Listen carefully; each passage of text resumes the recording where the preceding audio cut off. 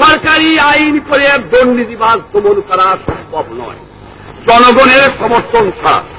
আজকে আমার এক নম্বর ওয়াদা হবে আপনাদের কাছে, সেটা হলো এই, আমি বলেছিলাম ঘরে ঘরে যুদ্ধ করো। কেন? জিহাদ করতে হবে, যুদ্ধ করতে হবে শত্রুর বিরুদ্ধে। আজকে আমি বলবো বাংলার জনগণকে এক নম্বর কাজ হবে যে দুর্নীতিবাজদের বাংলার মাটিকে উৎখাত করতে হবে। আমি আপনাদের সাহায্য চাই। কেমন করে করতে হবে? আইন চালাবো, ক্ষমা করব না, যাকে পাবো ছাড়বো না।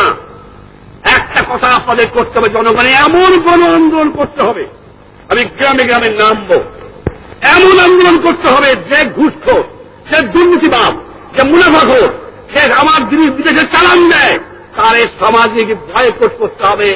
এই কথা মনে রাখতে হবে।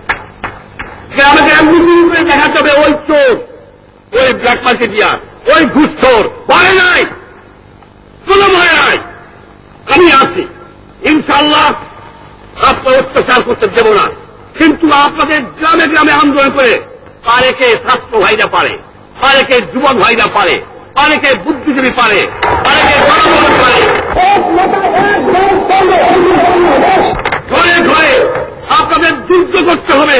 সে যুদ্ধ করতে হবে এই জন্য দুর্নীতিবাদকে খতম করো, বাংলাদেশের দুঃখী মানুষের দুঃখ মোচন করো। এই দুর্নীতিবাদ যদি খতম করতে পারি, শতকরা 25 থেকে 30 ভাগ দুঃখ বাংলার মানুষের চলে যাবে। আপনারা জানেন যে আমার দেশে যে জমিতে ফসল হয়, এই 1 একর জমিতে জাপানে ফসল হয় 3 গুণ বেশি, 3 গুণ বেশি। আমার 1 একরে যে জমি ফসল হয় জাপানে তার চেয়ে 3 গুণ বেশি হয়।